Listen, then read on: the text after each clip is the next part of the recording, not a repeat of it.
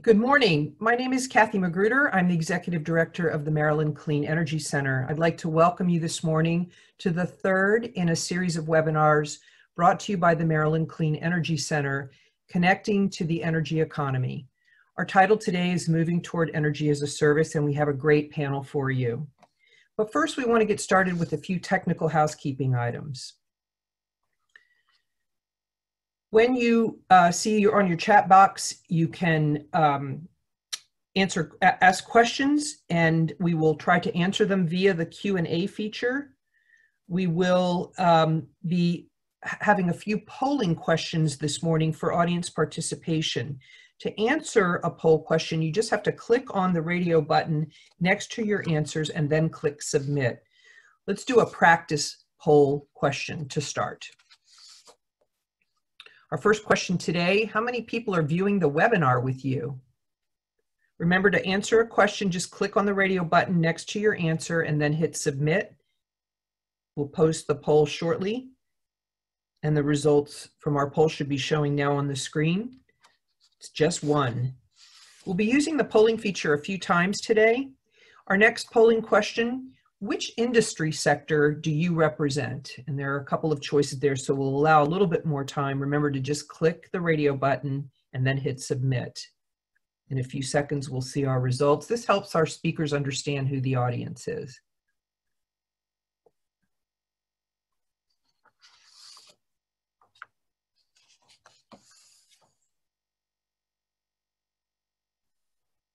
Great, it's a pretty diverse group.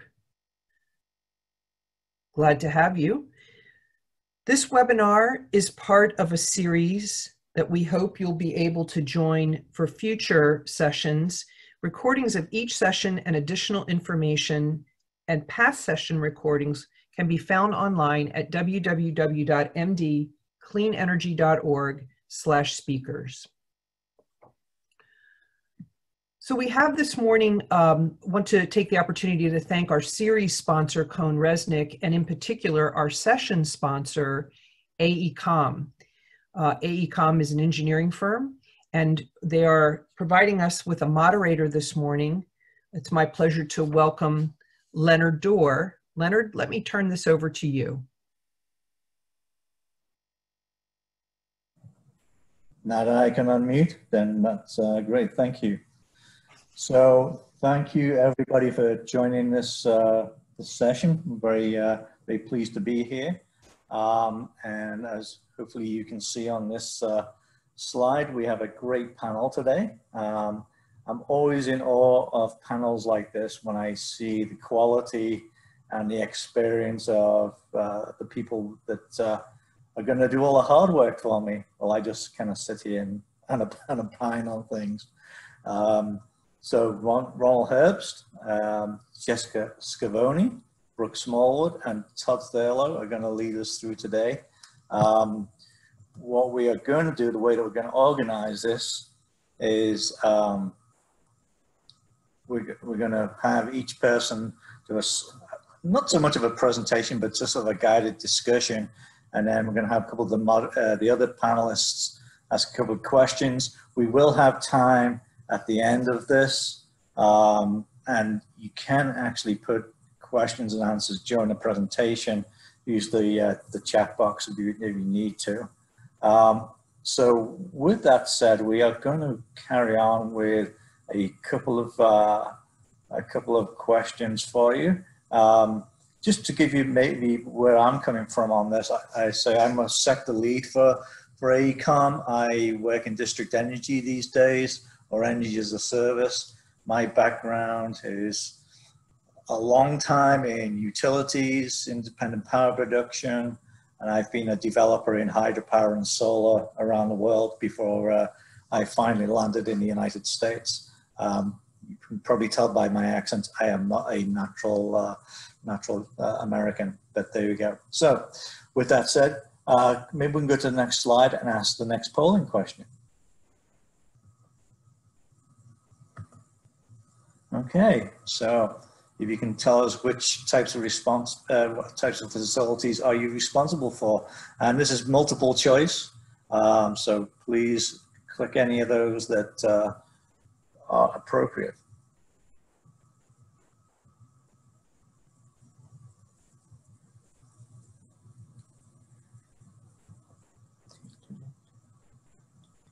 And there we go. Well, so we seem to have quite a few people from college campuses, which is great. That's where I've been spending my life recently. And we have quite a few folks from government-owned buildings, so and K through 12. So that's great. Thank you for that. Next question. What's the primary role of your job? That's always a hard one these days. I think people tend to have lots of different jobs or roles. I feel like I should have some background music here.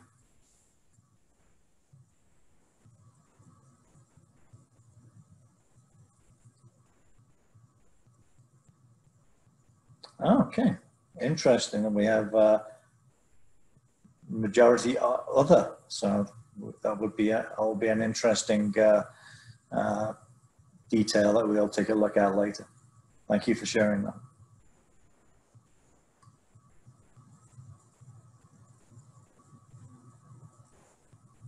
Is your company currently considering a project or organization of the company?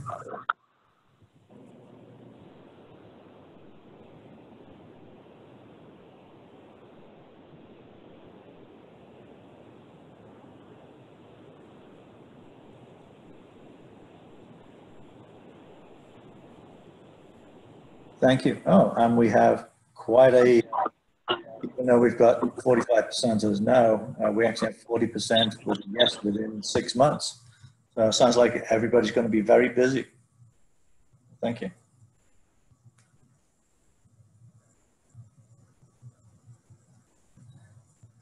And hopefully the answer to this is a yes for those people, particularly who are kicking off a project within 6 months.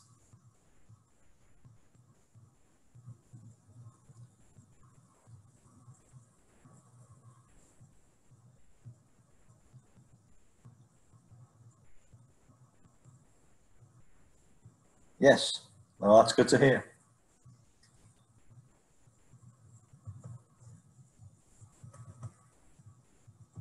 Okay, so with that poll done, thank you to everybody for your engagement in that. So let us introduce our first speaker. So Ronald Herbst, and I'm going to get your company wrong, Ron, because I always do. From Brailsford and Dunlavey. And Ron has over 25 years of experience in energy project development and has been involved in billions of dollars in financing buildings and energy systems.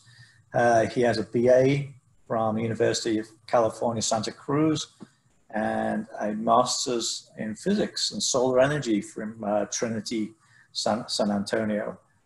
He's been involved in finance, real estate, and energy service companies, including Deutsche Bank, CBRE, Schneider Electric, and EMCOR. He's a mechanical engineer and a lead accredited. So with that, Ron, I'd like to turn it over to you and take us through your presentation, please.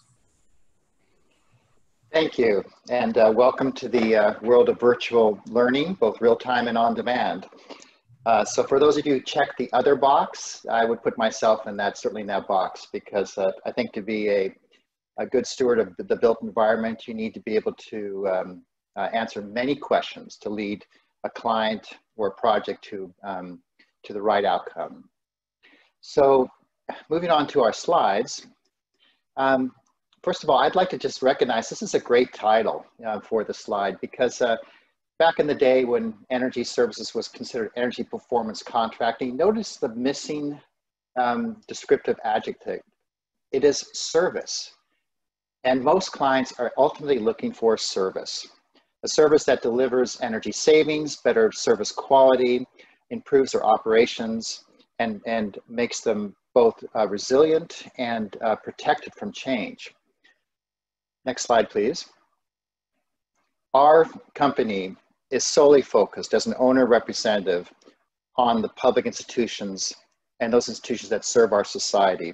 So as such, we sort of have a unique position as a public steward of the mission, the goals, the capital, and services that these institutions provide. For more information, I recommend you visit our website. We have an excellent public-private partnership resource center, which gives you a sense of what's happening in our universe and world. Next slide. A few of the clients we serve, again, many of these names may seem familiar to you, but we provide a full gamut from energy and carbon planning and reporting services for the University of California institution to delivering large-scale public-private innovation programs for institutions. Next slide, please. So let's talk about the market drivers. Why are we here talking about energy as a service? So first, there's a recognition, at least with our clients, that there's a deferred maintenance backlog. And I'm just going to call it what it is. It's extreme.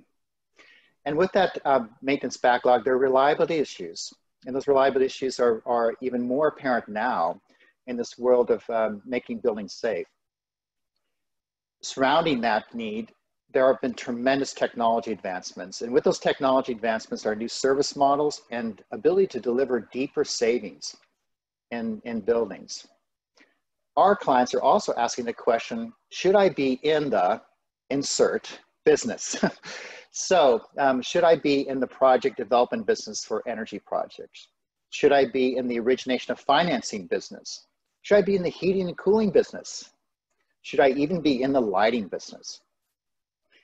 There's also immediate needs, and I think that's more apparent now than ever. Something just needs to be replaced now.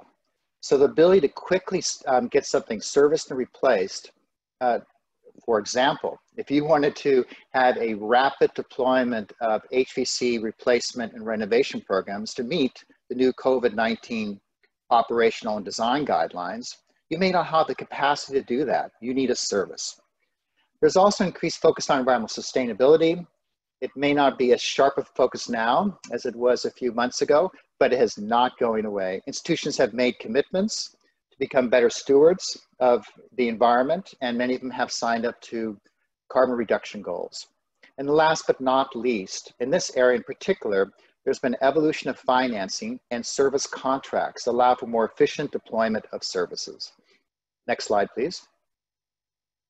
I like to use this example because the first one I came across back in 2016 on a service agreement. It's lighting. You can't get any simpler than lighting, can you? I think most of us have an idea of what a lighting service contract might look like, change out the light bulbs. But in reality, the reason why lighting as a service became one of the first movers in this industry is there were dramatic technology changes.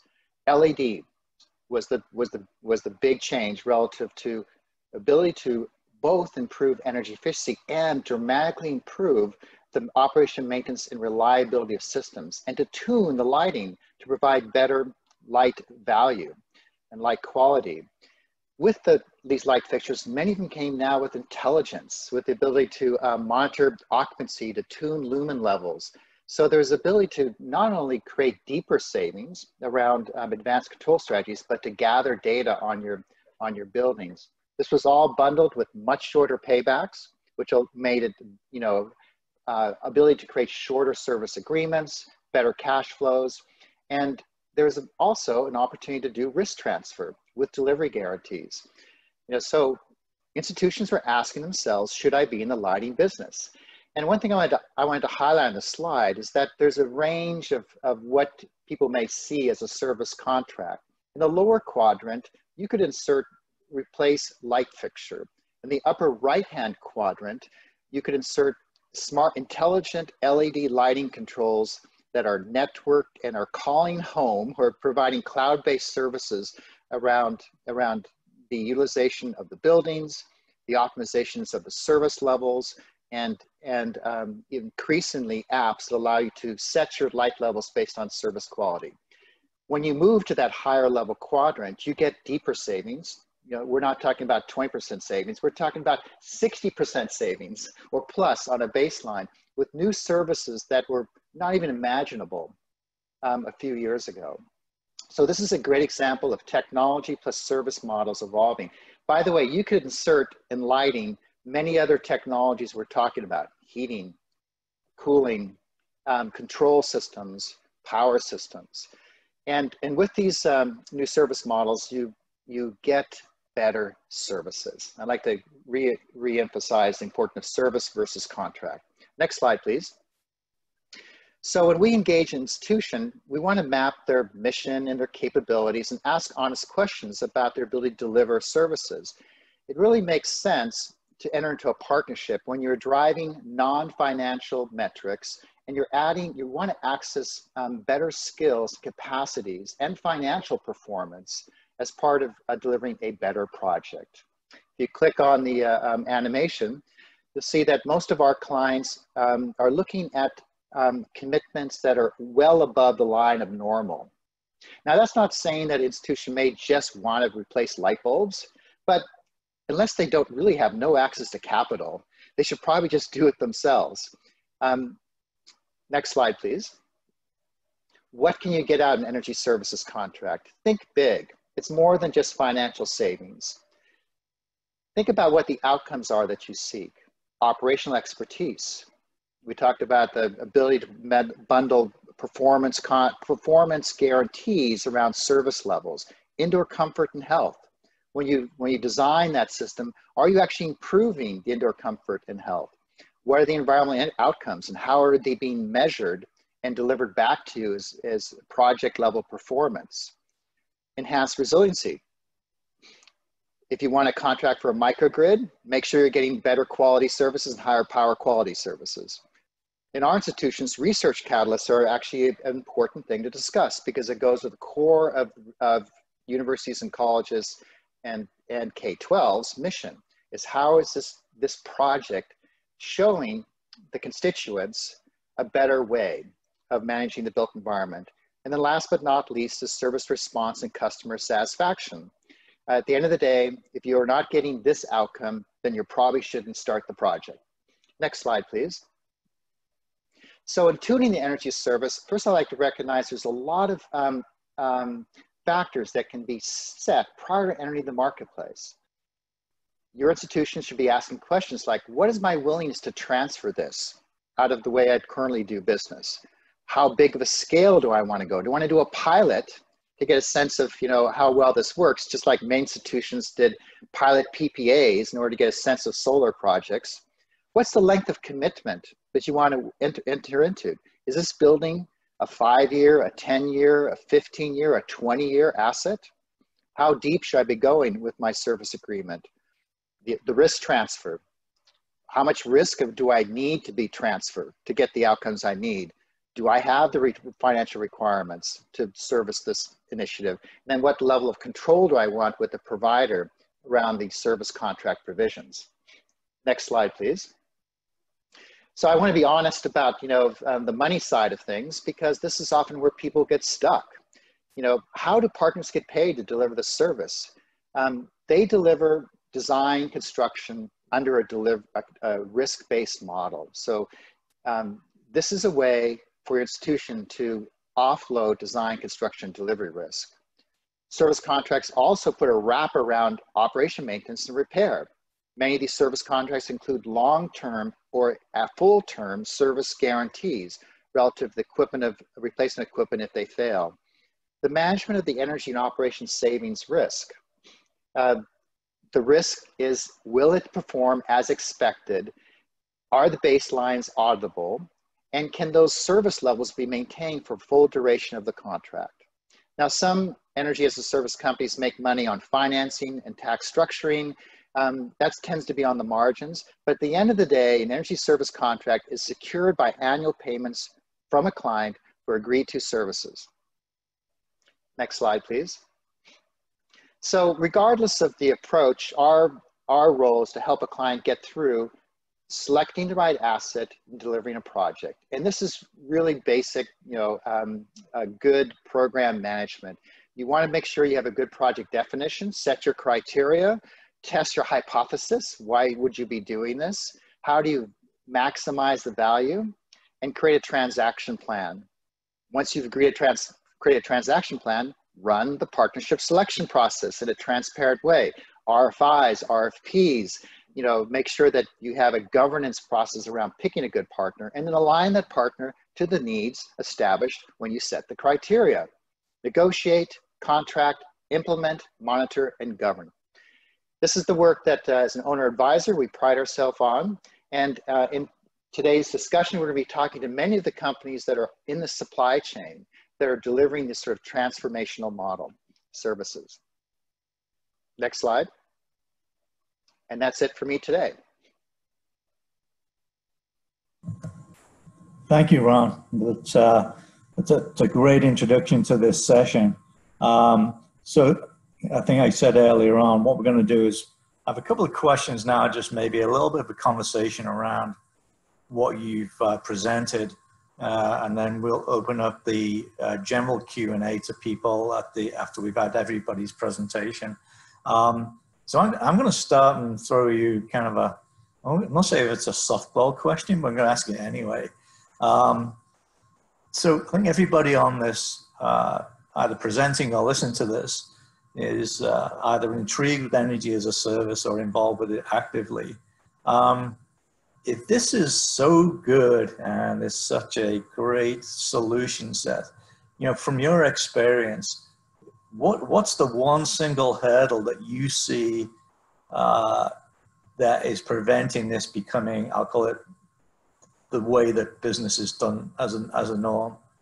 You know, what can you put your finger on that says, hey, if we could make this easier, we'd all be doing this? Well, as a planner, I would say that planning up front and getting an institutional buy-in is the biggest hurdle. You know, so if you, especially if you're getting a large commitment of financing and project delivery, on the delivery side, a lot of this is just about standardization of the delivery model. So you know, Sparkfund has done some yeoman's work on how to establish very simple form contracts for a service contractor to use with a financing, lease backed instrument, so that for those institutions that just need to get something done now, they have a way of doing it. For the larger, more complicated projects, a lot of this is just really good integrated project delivery. So companies like AECOM, you know, engineers delivering the services in a consistent way, acting as a robust assurance partner, because clients want to make sure that, you know, that they are new certain types of service models, and they need to make sure they can communicate the value over not only during the project cycle but over time. And you know, and then financing, you know, has been somewhat of a constraint, but I think that you know, at least what I'm seeing is that from the large to the smallest deals, there's a tremendous, you know, opportunity to structure financing. To give you a sense of the type of projects we're looking at, they cover everything from a student housing project where the developer just wants to buy the heating system as a service from 10 years, to outsourcing of the deferred maintenance and energy infrastructure renewal, $250 million big Midwest college, where their definition of energy services that bring me the money, make sure I'm cash flow positive, make it to service contract, and do it inside of my institution. So there's an opportunity to innovate, but without good planning up front, you probably won't get off the ground. Thanks, Ron. The rest of the panelists, do you have any questions for Ron at this time? So we're going to have a general Q&A later, but Jesse, Brooke, Todd, any questions for Ron? If not, then we'll move on to our next presentation. I don't have it's not so much a question, it's just a follow-on to what he said. I totally agree with Ron in terms of the barrier that you asked about, a barrier to adoption. Another one that I think is just maybe obvious, but not talked about as much, is the human resistance to change. And just think about in any sector, right? In where we've gone from an ownership model to an outsourced model, from IT and cloud infrastructure to Amazon Web Services to Blockbuster and owning DVDs to Netflix to owning CDs to Spotify, even grocery delivery service, wherever we've owned responsibility for that hardware, software service, it's difficult for humans to wrap their heads around relinquishing control and responsibility to a trusted service provider. And so I just think we're still in that phase where you've got early adopters, but we haven't actually hit the tipping point yet. We need to overcome the inertia. And I think, this is Brooke, and I think in addition to that, there's a misconception that you have to relinquish all control over to your energy service provider, and that's not necessarily true. You can maintain your own staff with energy as a service. It just has to be put in the deal. So in the deal, you can say, hey, I want my staff to be, I want to maintain my staff, and I want my energy as a service provider to do these things, but I still want to maintain my staff to do these other things. And you'd be surprised that it will allow your staff to then be able to focus on their true roles and responsibilities, as opposed to, let's say, chasing down hot and cold calls or chasing down emergency issues that really take up a ton of their time and does not allow them to really focus on their core responsibilities. So I do think there's some misconception out there that this means relinquishing control, you know, you lose your staff and like you just hand over everything to some strange company, and that is totally not what energy as a service is. I think that's a very good point, Brooke. Yeah, and I think certainly for some clients, and certainly it sounds like some of the people who are listening to this, you know, anything that sort of has a can be painted as privatization or something that's just very difficult to kind of buy into. It doesn't have to be that way. There's ways to achieve this without having to you know, throw everything up in the air and hope it all lands in the right place. All right, well, thank you for that. So let's move on to our next speaker, if we may. And thanks again, Ron. So I'm going to get Jesse's name completely wrong, even though I wrote it down. So Jesse Schiavone is Vice President of New Markets for Sparkfund. And Jesse is one of those people that I am very in awe of. And the reason is that Jesse was 8 years as a naval flight officer and a mission commander, and actually was in numerous parts of combat. And so Jesse, my first thing to you is thank you for your service. I really mean that.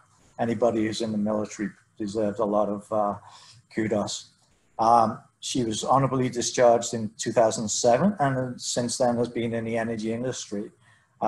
She's worked for people like Constellation, Baltimore Gas and Electric, Exelon, and then O-Power, which is now part of Oracle. She just joined Sparkfund in January last year, and she's working on their go-to-market strategy for infrastructure as a service. From an education point of view, she was at the Naval Academy. She has her MBA from Boston University, and she has a certificate in artificial intelligence from MIT. So with that, Jesse, over to you. Thank you. Thank you. Hello, everyone. I'm super excited to be here. Thanks for joining today. Let's get started. Let me go to our first slide. Yeah, you can kind of build the slide if you want. Thanks, Leonard. Just one more click. But so Sparkfund believes there are kind of all the services that Ron talked about, you could probably bucket them into 3 groups when customers are looking for energy solutions in the market today. And there are a set of financial services and project structuring. There are sort of traditional energy services, which include a lot of new technologies today. And then maybe you could call this a lot of different things, but technical services more focused on the data coming out of the buildings and what you can do with that data. And we've done some research. I know the Maryland Clean Energy Center has done studies, and there are some common barriers to upgrades. We talked about a few just a few minutes ago, why it's sometimes customers hesitate to invest in these types of projects and to specifically move to service. But time, capital, and risk are the big 3. And so Sparkfund was founded to try to create a single company that addresses all 3 for customers. And really competes with, but with the sort of the big guys that do some of that today, but offers also a differentiated way to go about getting your projects done, which was a version of energy as a service that we call subscription. And I'll get into that in a little bit. One thing I just was reminded of from Ron's intro was the deferred maintenance problem. And one of the statistics that we share with customers quite often is from the Department of Energy that 60% of the HVAC in the US was installed pre-1990. So think about those systems being 30 years old. Useful life is typically 15 to 20, 25 if you maintain it well. And 57% of those assets have a maintenance program in place. So almost half don't.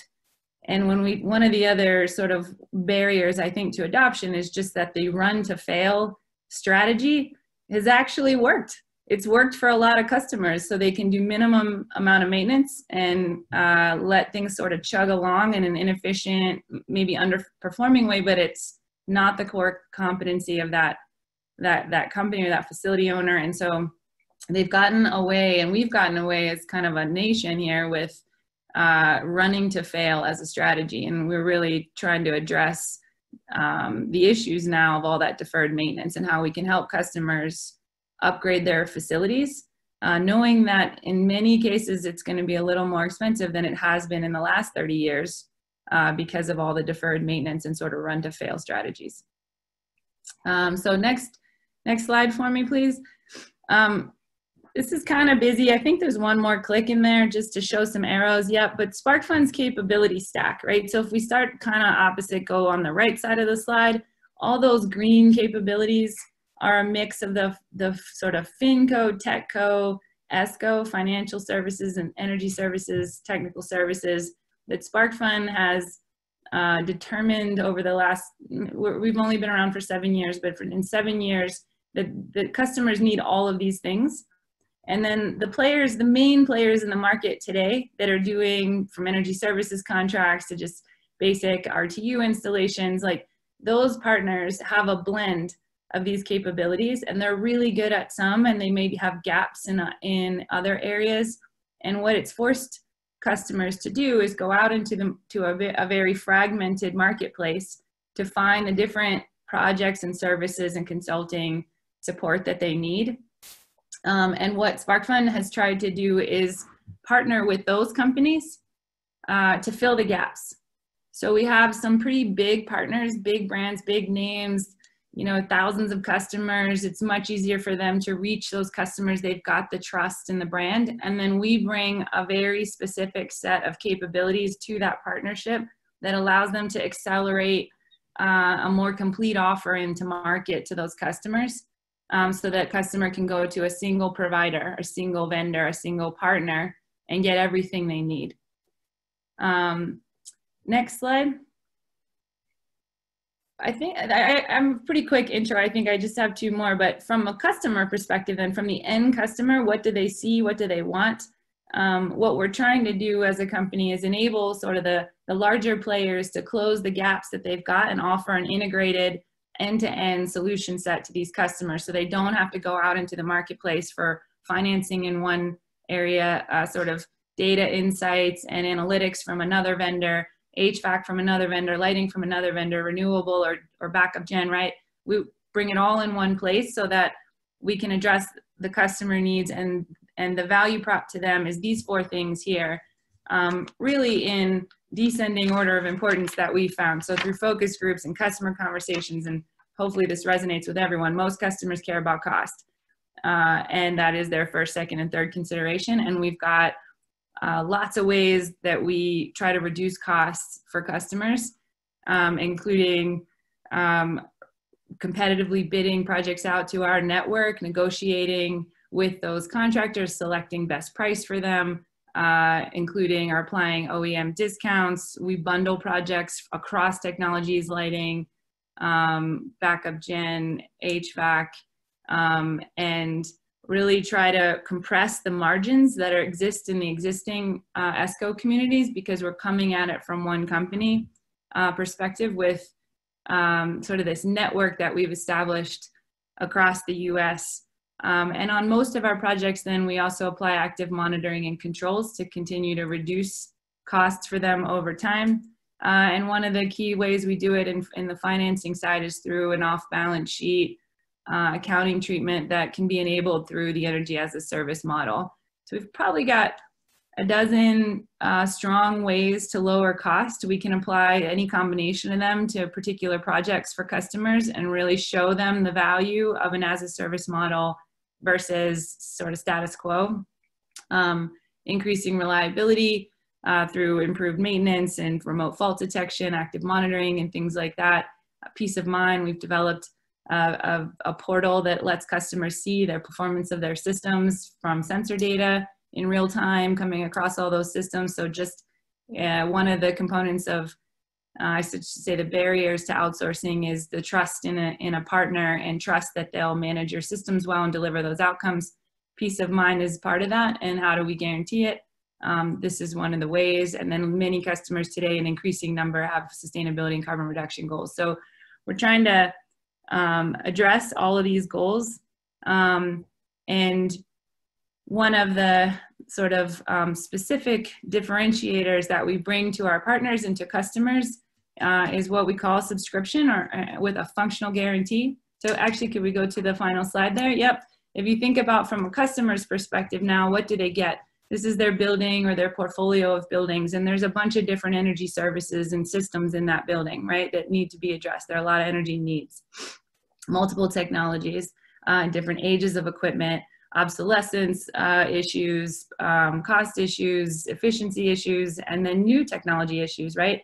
The ecosystem for connected building technologies and IoT monitoring controls, data analytics, all those sort of point solutions are evolving so fast, and they're adding so much value, and it's really hard for a customer to stay on top of that. So one of the things we do is maintain a network. Right today, I think we have 6 vendor partners with different IoT monitoring control technologies. And so we evaluate that ecosystem, select best partners, integrate with them to collect data and present it back through the portal. And so just a very holistic end-to-end integrated solution that allows customers to outsource. The subscription model, or energy as a service, does a couple of important things for customers. It takes all their existing costs today, from planned maintenance, emergency repairs, and in fact, one more slide for me, I'm a little ahead of myself. There it is. So planned maintenance, unplanned repairs, replacement costs, system optimization costs, if they're doing that today, and utility bills. And we take that red line that's very spiky, right? Because it's got emergency dispatch, it's got failures, replacements, unplanned repairs. And we take that budget and we flatline it.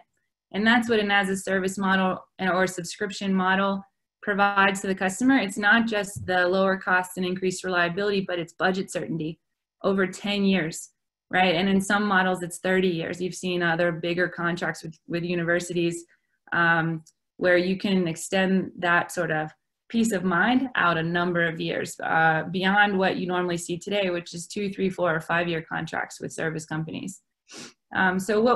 This is sort of our closing slide. Subscription from Sparkfund and most of these energy services companies deliver guaranteed outcomes, right? So for the first time, customer can purchase the outcome, the warm air, the cool air, the lighting, the backup, resiliency, the DR in the market's kind of the outcome or the function of the equipment, rather than having to purchase the widget, the equipment, and maintain it, and maintain a staff that maintains that equipment. So you can purchase for the first time these guaranteed outcomes services, like you purchase from Amazon Web Service or Netflix or Spotify, right? You want that thing to work, and if it doesn't work, you don't pay, right? That's the guarantee on our side, is that we have contractual service level agreements, or SLAs, for every type of equipment that we install. And if we can't meet the SLA, we reduce the customer's payment, because they're paying us that fixed monthly fee for a guaranteed service, right? And that's the bargain. And that's where you can really establish trust over time. You are ensuring that the systems work, they get the function that they need from those systems, and then we are responsible for the maintenance of that system and ensuring that it's performing efficiently over time. So you have aligned incentives and budget certainty for a customer. So I think that's probably, I could probably end there. I had a couple more thoughts, but I think that the key for us, and I use subscription interchangeably with as a service, is the guaranteed outcome for a fixed price. And when Sparkfund partners with these larger companies that have decades or up to 100 years really of brand reputation, trust kind of in the marketplace, it's a way to get past early adopters into the big 60%, right? Because they've got a brand they can trust with some services through them that they've procured in the past, but this is a more complete solution that lets them outsource components of or their entire energy systems across facilities and portfolios of facilities. Let me pause there or stop there, Leonard, and see if anyone has any questions. Thanks, Jesse. That was really, really good. Thank you. I got a question, but I'm going to ask the other panelists, do they have any thoughts about Jesse's presentation, either comments or questions? There is something just that I wanted to add that Jesse hit on that I think is really, really important for especially our folks to know who are people out there who have institutions, facilities, is that the time factor that Jesse mentioned. And that's something that we don't show here, and it's something that doesn't get talked about a lot, but time is money. And the traditional way that services have been procured in the past is very, very time intensive. And if you were to take the same chart that Jesse has shown us, right, and looked at just the time it takes to procure these different services that she listed in maybe the prior slide, how long does it take to procure HVAC? How long does it take to procure an HVAC service contract? How long does it take to buy a chiller? How long does it take to procure? The old model that most schools and hospitals and universities have followed is that they literally procure every single piece of equipment and every single contract that they need in order to make their facility function. And that traditional way that we've done that for years and years and years is extremely time intensive. It's extremely inefficient. And the amount of money that you end up spending when you're doing it that way doesn't allow you to take consideration of any economies of scale. It doesn't allow that provider to provide you with any real true engineering of your system or give you any holistic advice on your system. It can really only give you advice on what is the particular HVAC model for your rooftop unit for today, and can't really talk to you about what does your system look like as an entire comprehensive system for tomorrow, and how that HVAC unit fits within that system that you need to work 10 years from now. And when you have energy as a service, and so you have these providers who are experts who are now going to run your system for 10 years, they definitely think about what does the system need to look like for the next 10 years, because now it is their responsibility to own, maintain, and manage that system. And so if you're going to own and maintain and manage something, you're going to put in there the very best system products that you possibly can. And you're going to make sure that thing is running like a fine-tuned machine, the entire system. You're usually going to end up with better equipment. You're going to end up with a better managed system. And you're going to end up with literally experts who are day in and day out working on systems all day, who are making those decisions for your building and are going to make the best decisions because their money is on the line, right, Jesse? It's your cost. So if you're guaranteeing an outcome, it is in your best interest to give the very best equipment and outcomes possible. So you basically take out all of that traditional procurement spend and time it took to RFP all of that equipment, and now you're putting it in the hands of professionals who are really going to give the time and effort and forethought to what does this system need in order to operate for the next 15, 30, whatever many years that that contract is going to be. And Okay. to me, that is what clients miss. They totally forget about the time it takes them to procure. And when they really, if they were really to sit down and think about that, and they realize that money is time, it's invaluable to go with energy as a service. Thanks, Brooke. Yeah. I mean, I think what I'm hearing there is, you know, and to Jesse's comment earlier about, I'll call it human resistance to change. I think what we're talking here is almost a paradigm shift from, I'll call it a break fix culture to an asset management culture, which is a very difficult change for a lot of people to get their head around, particularly if you've been in this industry for a long time, where break fix has been the tradition for a long time. I think that's right. And Brooke is spot on with the costs in the current procurement process. I would just piggyback on your economies of scale theme there. There are also economies of scale in financing. So in the current model, if you go for a specific HVAC project and you go to that bank or your partner for financing, they're looking at a single project. When you bundle multi-tech, multi-facility as a single customer, but also through an entity like Sparkfund where we have capital facilities on the back end, our lenders are looking for portfolios of projects.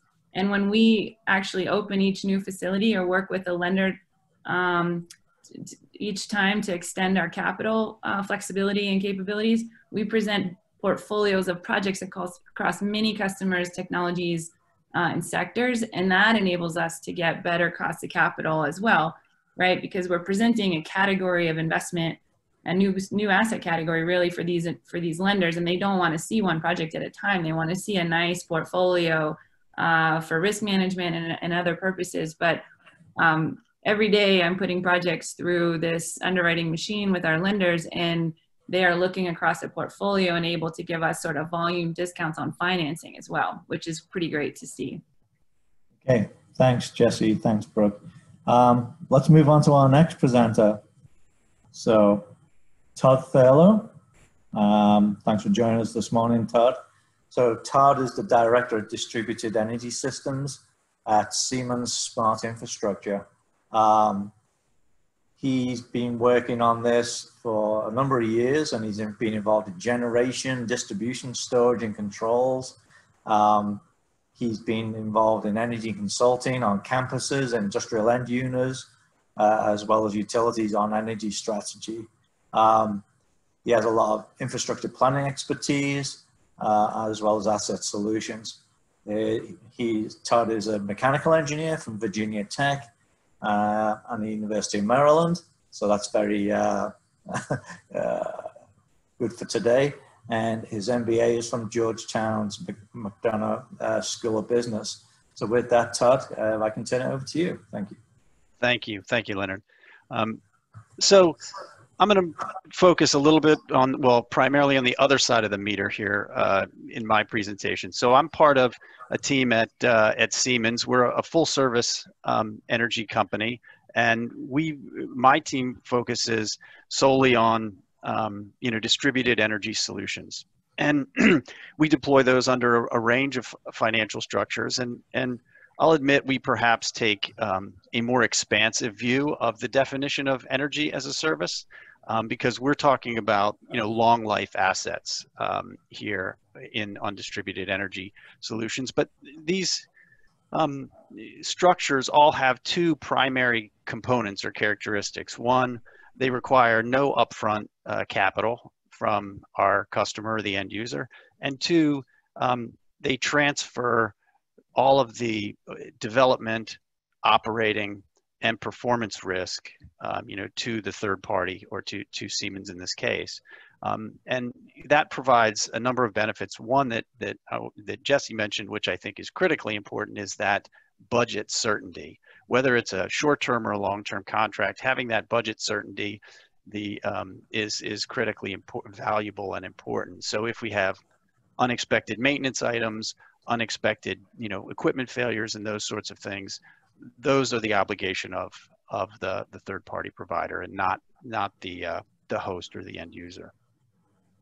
And we apply this structure to a range of distributed energy technologies, from simple solar rooftop, very traditional approach, to cogeneration, CHP, to battery storage, where we're seeing a pretty rapid growth in battery storage solutions as a service model, to complex microgrids, advanced microgrid solutions. And I was reading a report recently that over 80% of the microgrid projects that have been deployed over the last sort of 3 years were done on an as-a-service model. So we're really seeing that take hold, you know, in that space.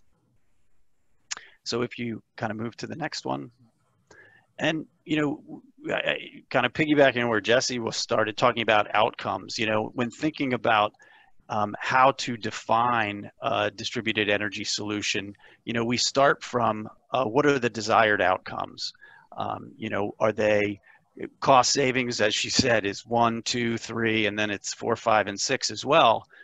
But then in addition to that, there's resiliency, enhanced resiliency. There's, you know, the desire to integrate renewables to a greater extent, that objective. There's also, again, we talked about deferring capital, handling a deferred maintenance list on existing equipment, perhaps can be integrated, and then providing that that budget certainty around the cost of utilities over the life of the assets. And so once we kind of have an understanding working with partners on what are those desired outcomes, then we can kind of define the scope of the infrastructure or the solution. And that can be traditional, as we saw in the previous slide, generation, storage. We can also incorporate, you know, EV charging into that. We can tie that into, you know, building control systems, building automation systems. As Siemens, we obviously have a very broad portfolio of product and service that we can incorporate into a solution. And then, you know, in conjunction with defining the technical solution, the scope of the project, it's what is the commercial structure? What is the contract structure or service agreement look like? You know, and that can take a number of different forms depending on, you know, the infrastructure, the life of the assets, the desired risk allocation, let's call it, between the end user and the provider, and the capital structure and capabilities there. And so we can bring a number of traditional as well as kind of more innovative structuring solutions to that, from traditional PPAs, performance contracts, public-private partnerships, and paper for performance options. If we can go to the, I think the last slide, the third slide that I had. What we're seeing, how energy as a service is evolving in the, let's call it in the distributed energy or the supply side space, is that, you know, we're going from what historically has been kind of a traditional PPA approach, where risk of performance was carried by, you know, by the provider, but, you know, the PPA was paid based on a volumetric basis. Now we're seeing projects are being much more complex in terms of the value streams that they are being able to accrue, from everything from, in PJM, we have PLC management, demand response, market dispatch for ancillary service revenues, you know, a range of rebates and incentives. And we as the service provider are willing to take more risk around not just the physical performance of the assets, but also, you know, the cost sharing or savings, shared savings around things like PLC management, and then, you know, kind of some of the revenues that we can capture around ancillary services and things like that. So these energy as a service contracts are more complicated. They have more revenue streams, more value streams associated with them. And, you know, as a provider, we're taking more of the risk, not just around the traditional sort of availability and operational metrics, but also around, you know, the ultimate performance and value that the solution provides to our customers. And that's, I think, really what I wanted to say in terms of prepared remarks. Any questions or comments?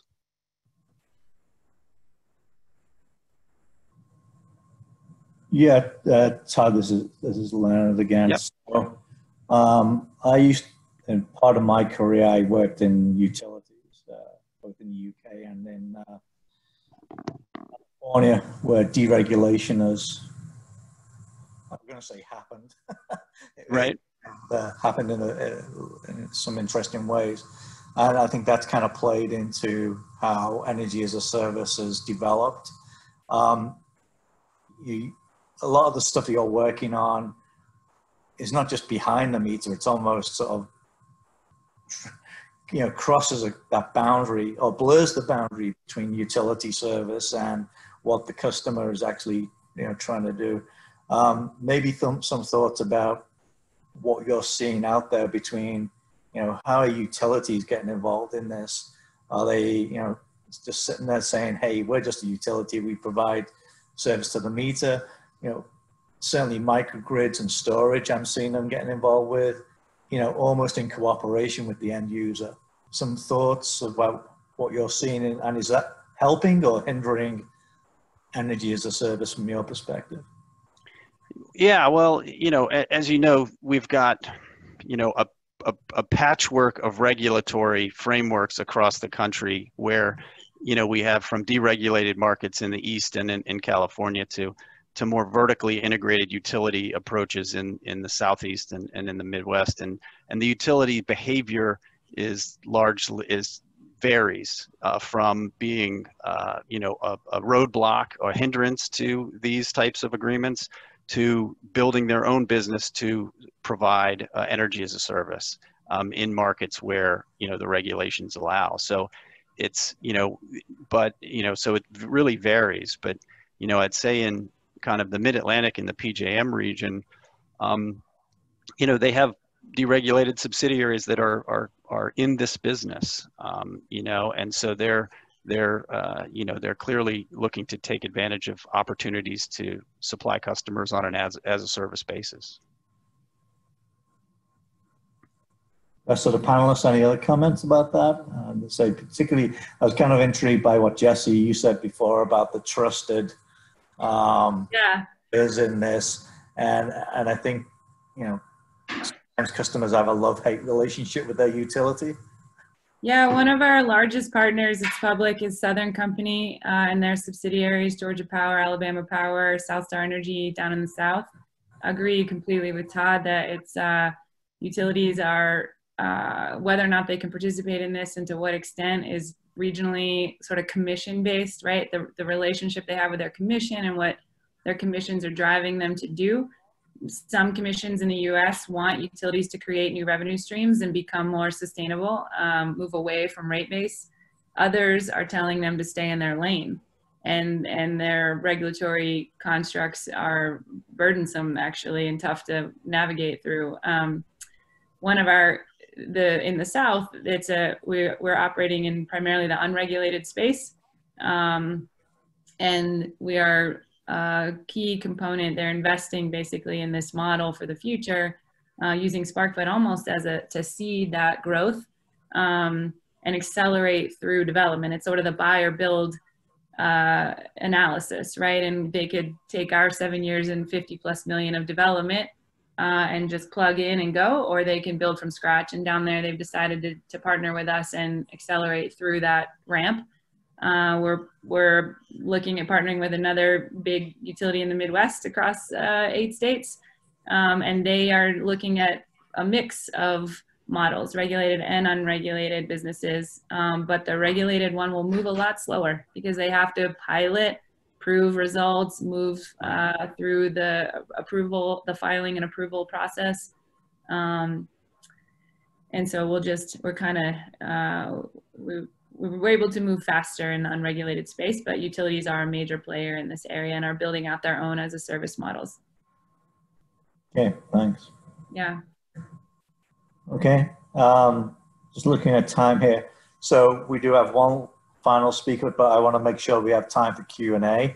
So a reminder for people, you can click on Q&A. We're going to hold those questions till the end, but please, maybe over the next few minutes, if you do have questions, get them in there so we can respond to them before we end in a little while. So with that, we will go to our last and certainly our not least speaker. So Brooke Smallwood, who is a colleague of mine at AECOM. She's originally from Pittsburgh, PA, and she's worked with Honeywell, Johnson Controls, and previously, before she came to AECOM, was with Washington Gas Energy, where she was involved in the mush market on large-scale distribution generation. She's been in the energy efficiency industry for over 20 years, working on C&I type stuff, and she was with Exelon on working with Pepco and Delmarva Power, and she actually won several awards there. She works at AECOM on electrification, energy efficiency, and distributed generation. Brooke has a BS in communications and Spanish, so I will never try my Spanish out with Brooke anymore, knowing that she knows how awful mine is. And she has a Master's of Science from Carlow in Pittsburgh. So with that, Brooke, can I turn it to you, please? Yes. So we can go to my slides. These have some animation. So I just wanted to, I'm kind of piggybacking on what Todd is talking about. So in continuing with that theme, I'm kind of talking about more of the larger complex project side of energy as a service. So I just wanted to kind of educate on the different relationships within the model. So we talked a lot about energy as a service providers and entities, and those can be companies like AECOM or Sparkfunds of the world or Siemens of the world and those type of things. Go to the next one. Design board builds consortiums. Many of our companies also do design build. So large companies like AECOM, we play a number of different roles. We can be energy as a service provider, but also design build. Energy as a service providers can also be an entity that gets created specifically for the purpose of creating energy as a service. So sometimes there are JVs created specifically to hold an energy asset. Next one. The client. The client sometimes in these relationships is an owner. So in institutional examples, for example, if you're a school or a university, you can be the owner of your energy as a service asset, even though you may financially be leasing an asset back from an energy as a service provider. So let's say you have a central plant that is being built, and you have an energy as a service provider who's going to build it for you, and they're actually going to lease it back to you. You are the owner of that plant because it's on your property. You're going to pay them a lease fee, and at the end of 30 years, you will own it outright. But you are part of this dynamic between all of these different other pieces and stakeholders who are part of your project. So let's talk about the other stakeholders. Len, you can, so there's owner, technical, and financial consultants that get involved. These are the KPMGs of the world, and others who help universities and other institutional customers, hospitals, schools, whomever, consult on the technical or financial issues. Keep going. Operators, these are very important. So if you're doing a microgrid, major solar, a large energy asset, sometimes you have an operator whose sole purpose is to deal with the functioning of that asset. So for example, microgrid, there are specific microgrid operators, and that's all they do. They do the O&M and operate microgrids as just an example. And the next one, debt and equity lenders and financiers. So now that we look at all of these together, on either end of the spectrum, you can have ownership. And if you hit the next one, Len, you'll see some ownership pop out.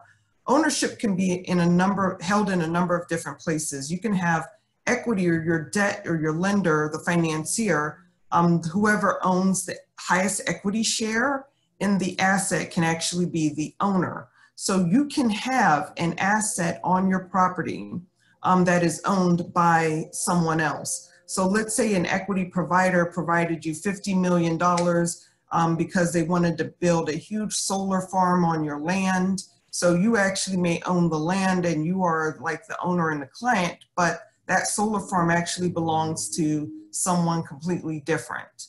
And that person is sharing profit with you.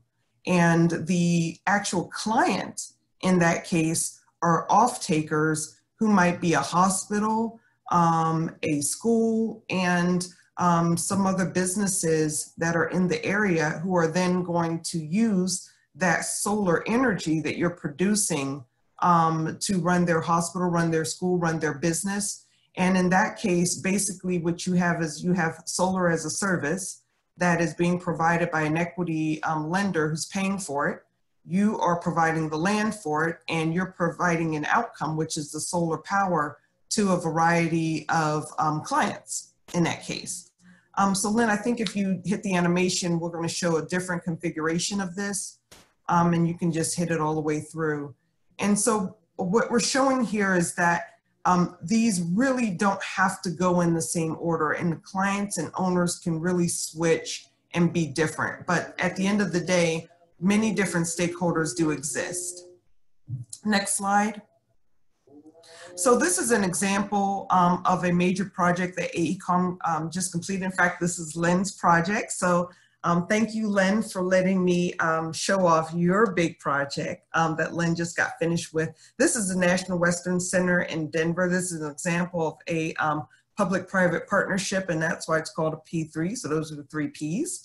This is a 2.2 million square foot indoor and outdoor facility in Denver, and they do everything here from research to have farmers markets and all types of things here.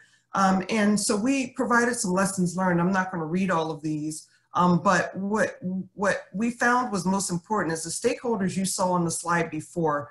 What was most important is that all those stakeholders were involved early in the process. Those stakeholders that are involved, they must come together as early in the process as possible. And there is such a thing as what we call progressive development. And what progressive development is when you have those stakeholders come together early in the process and they sort of piggyback on each other. So for example, AECOM, sometimes AECOM is playing multiple roles. So AECOM can be a company that goes out and does a feasibility study. I'm going to use that same solar example. So AECOM may go out and do a feasibility study on that piece of land to say, yes, this is a great piece of land to put a 1 megawatt solar farm on this piece of land. So AECOM does a feasibility study. And then we get with the folks that own that land. Let's say they had us do the feasibility study.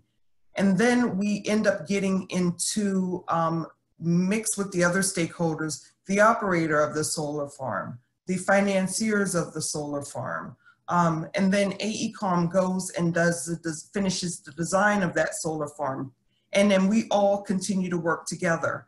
Because all of us are playing multiple roles within that development, we are all able to piggyback off of each other. We're able to reduce costs within the project, and we are able to reach alignment.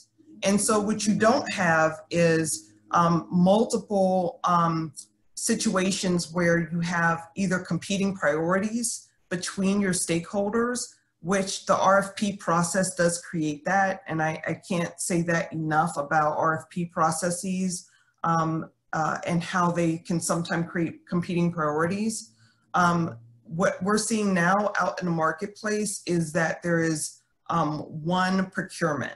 And that one procurement basically says, and I'll use the same example, is I want to procure a 1 megawatt solar farm on this piece of land, and I need equity investors, I need someone to help engineer it, develop it, operate it, and I need everyone to come to the table with this project. And here's this one procurement for this solar. And what happens is companies like us or Siemens and Sparkfund, we have all partnered with each other at one time or another. I just worked with Jesse on a project Siemens and AECOM won huge projects together.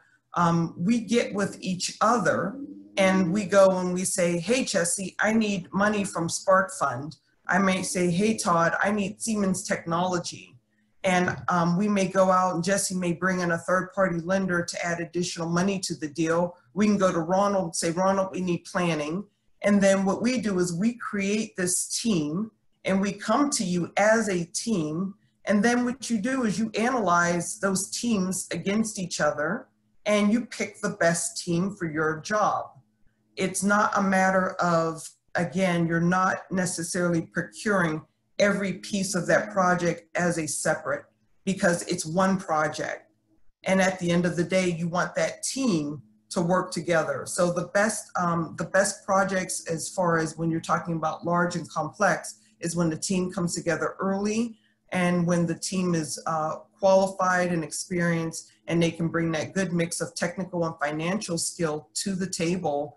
And when you have the right financiers, the right money, the right operators, and you're able to then make that energy that is being produced from that asset, that becomes the outcome that then can be sold off to either a single off-taker, it can be yourself if you're the entity that can use all of that energy, or also it can be yourself as a institution. So you might say, hey, I'm a hospital that needs half of that 1 megawatt of energy, but that the rest of the energy that is remaining, let me see if I can find other off-takers, other clients who might be able to use that energy.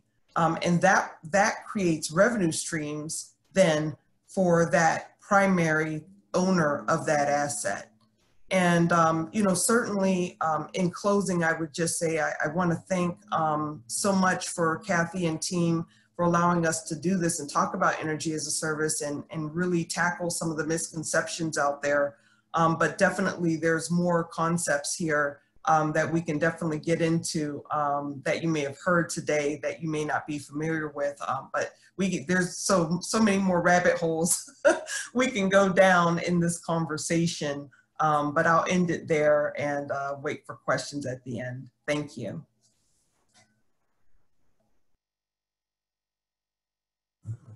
Remember to unmute. Thank you, Brooke.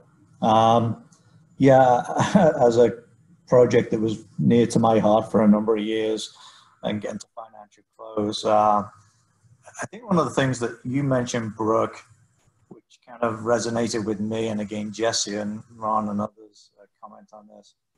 I think one of the challenges I've seen in this marketplace is I see RFPs and RFQs come out and they say, yeah, we want it to be cheaper or comparable to business as usual.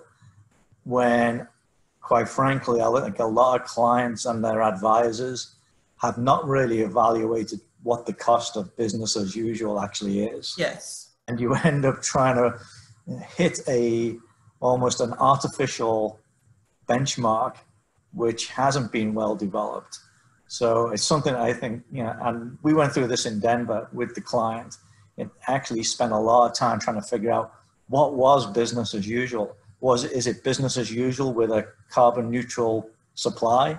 Is it business as usual with, you know, still using, you know, energy from coal or something? That's one of the things I've seen. Just thoughts on any of the other panelists on that? I definitely would double down on that requirement. Is our clients oftentimes don't have an honest view of their baselines. I mean, baselines, yep. even clear line of sight view on the cost of operations, maintenance, and energy supply for a service. So cleaning up, you know, the chart of accounts on the financial side, and also being honest with the client around their current service definitions and what's important for them now and going forward is a really important part of constructing what the partnership agreement needs to provide. If you get the baseline wrong, first of all, people are going to be competing on maybe a smaller subset of solutions. And then the service model goes right back to the KPIs that get written into the contract. You know, so where are the, you know, what is the level of service required in order to maintain the institution's core business function. If you bypass that step, you will suffer throughout the entire procurement process. Which is why we feel the upfront planning, getting the asset right, determining what the best sources of capital and partnership models is so fundamental to making the market work. Drum.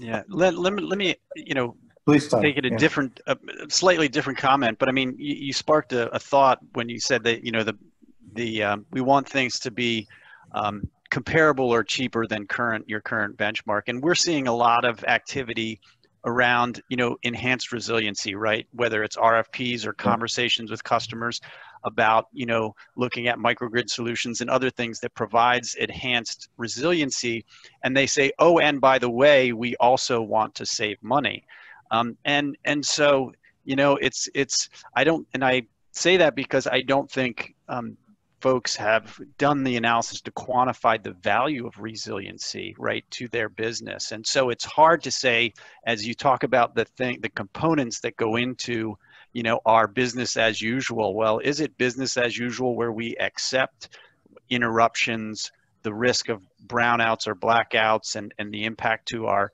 institution or our business of those interruptions? Or have we factored in the cost of that into our business as usual case?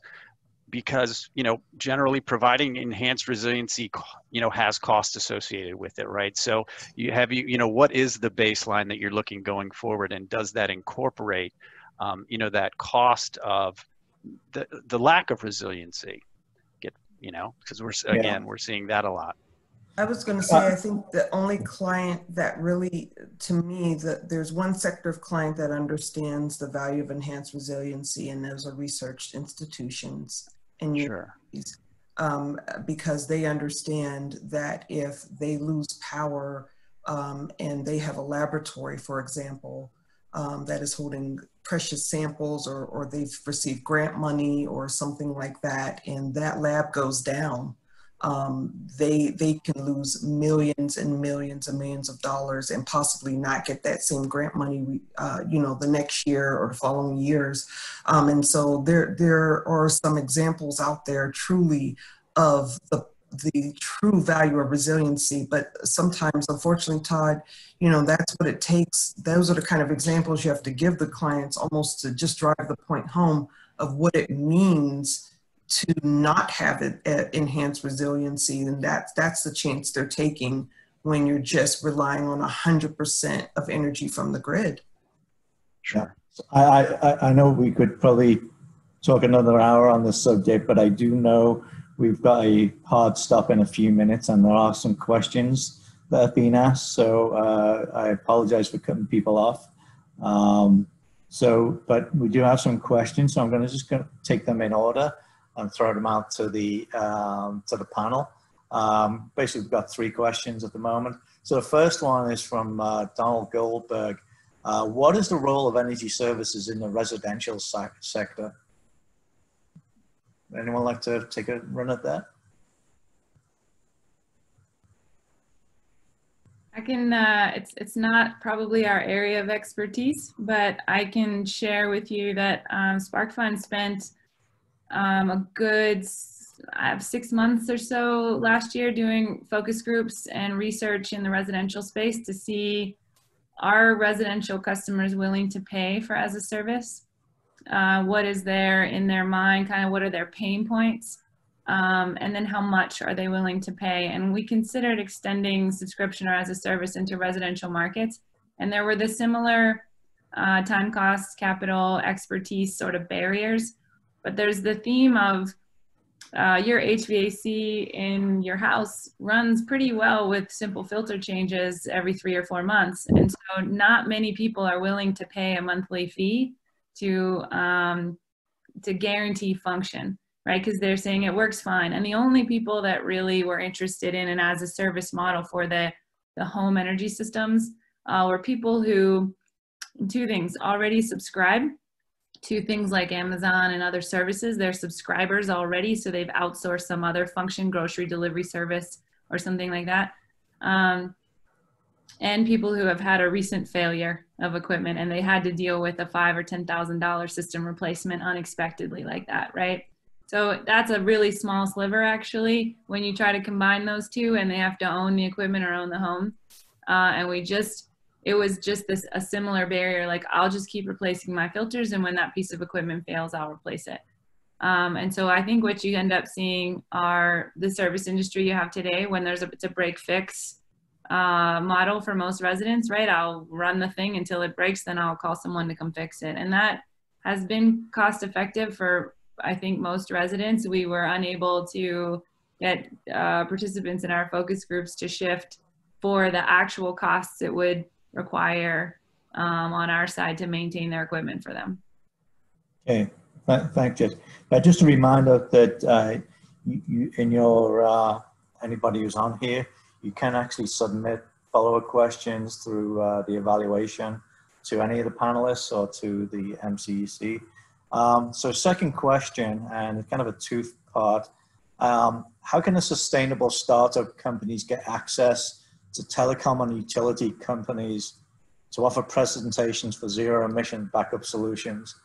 It seems almost impossible to get access within these spaces and to reach the right departments or individuals. And how can emerging startup have access to participate in the programs that have been discussed?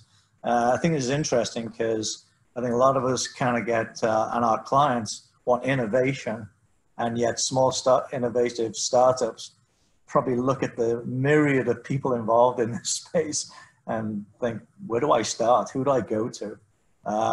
Comments, folks? I just want to say that at AECOM, you know, we're completely agnostic, and so we're constantly looking at new products and new startups and seeing what they have. So we're constantly doing that.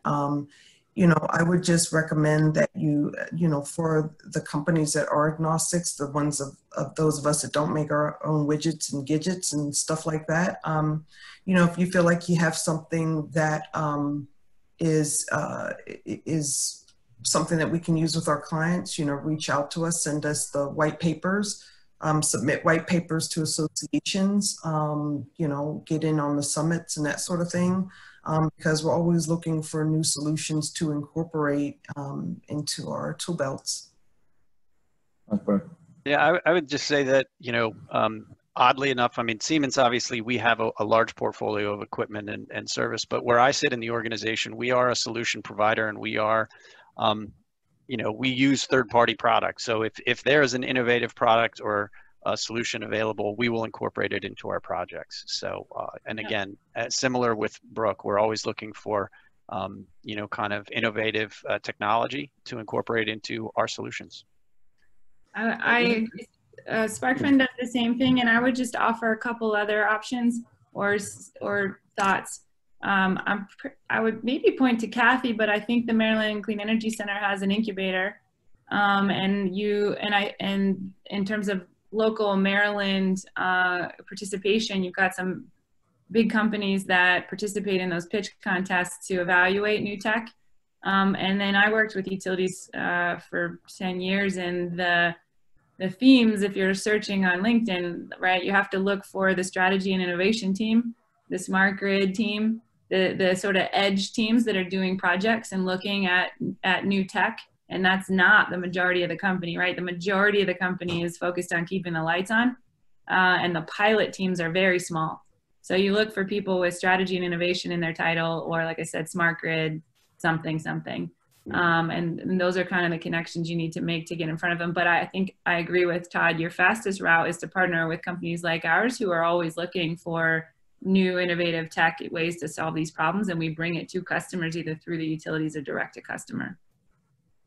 Okay, thanks. We've got two questions and we've got basically 2 minutes, so I'll have to go quickly here. Next question from Simeon Parker. As a student trying to find my place in the field of environmental sustainability, I'd like to know what skill sets the service energy industry needs from young professionals to continue to grow. So somebody wants to get into this industry, which is always good. Comments, folks, answers? Oh God, we need people so bad. It's so hard to find energy people. So, I think you've heard all of our experiences, right? We all come from different places, all different backgrounds. I'm not an engineer.